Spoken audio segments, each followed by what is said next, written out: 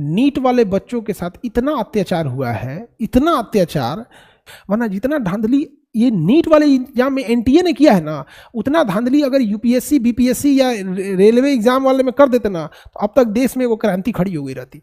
ये खतरनाक बीमारी है स्कैम का। या तो ससुरा पेपर लीक करा दो या घोटाला करा दो। नीट वाले बच्चों के साथ इतना अत्याचार हुआ है, इतना अत्याचार नीट वाले बच्चों के साथ कि वो बेचारे सब कुछ कह ही नहीं पा रहे हैं। और छोटे होते हैं नीट वाले बच्चे जो होते हैं ना, थोड़ा छोटे होते हैं, इंटर पास किए होते हैं।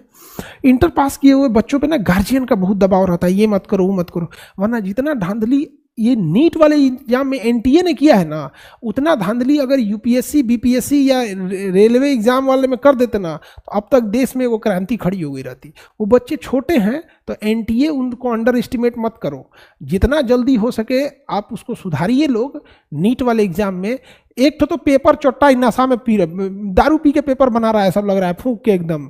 अरे भाई, पेपर का मतलब होता है कि थोड़ा सा टफनेस रहना चाहिए पेपर बेशक नीट का टफ रहता है, लेकिन नीट में इतना कम से कम होना चाहिए ताकि मतलब जैसे आईआईटी हो गया, यूपीएससी हो गया, ऐसा नहीं कि ये सभी आसान है सब यहाँ पे। तो नहीं लेके आए ना कोई पूरा में पूरा, तो नहीं यूपीएससी में काहे वो उस लेवल पे उसमें भी टफ होते हैं।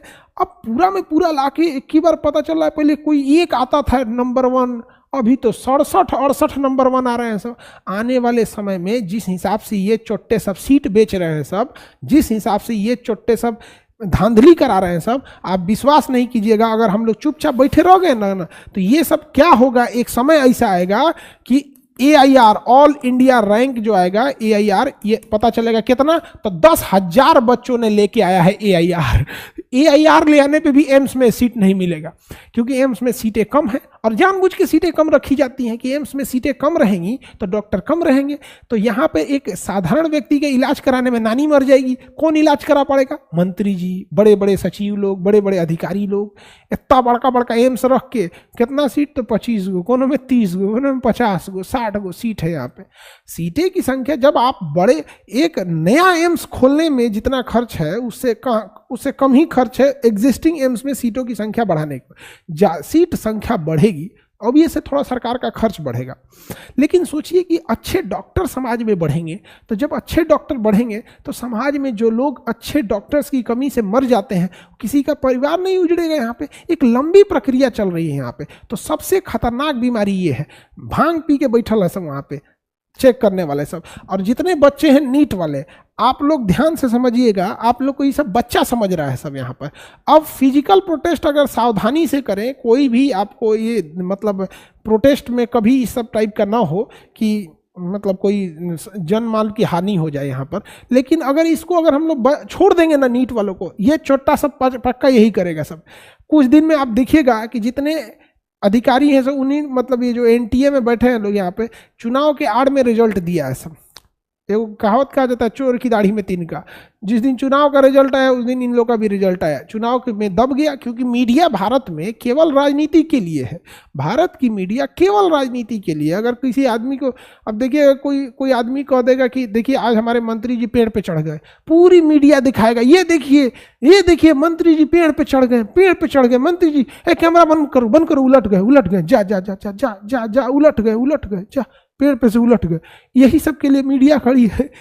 तो मीडिया भी सब चीज़ों में उतना फोकस नहीं कर रही है यहाँ पे। लेकिन इसके लिए ना एक अच्छा से प्रोटेस्ट करके थाली बजाने के लिए तो हम लोग को हथियार दिया ही गया है, समझ में आ गया कि नहीं? तो एक दिन बढ़िया से प्रोटेस्ट करने के लिए सारे लोग ताली बजाएंगे तो नहीं गूंजेगा, थाली बजा दिए जाए, जैसे कोरोना में कैसे बजाए थे यहाँ पर। नहीं तो इसके बगल में है एनटीए, चला जाएगा। दिल्ली हम लोग का जो ऑफिस है ना, नोएडा ऑफिस, उसके पीछे है एनटीए का हेड ऑफिस सेक्टर 62 में, और वहीं हम लोग का भी ऑफिस है सेक्टर 62 में।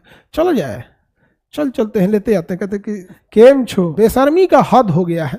मतलब क्या बोला जाता है ना कि जूता मारने पे भी जूता भी शर्माएगा, किसके मुंह पे मार दिए, मेरा इतना नसीब थोड़ी है, इससे अच्छा कहीं गोबर पे पैर रख देते। एकदम खतरनाक बीमारी फैला के रखा है सब आजकल यहाँ पर। हर चीज़ का पेपर लीक। आप यूपी में देखो, यूपी पुलिस के पेपर में जब लीक हुआ था तो समझाया जा रहा था भाई लीक हुआ है, तो वहाँ क्या कर रहे थे, तुम ज़्यादा बोलेगा, नहीं लीक हुआ है। डायरेक्ट कहा गया कि कोचिंग वाले भड़का रहे हैं। और जब भीषण बवाल हुआ तो नहीं लीक हो गया था, कोचिंग वाले भड़का रहे हैं।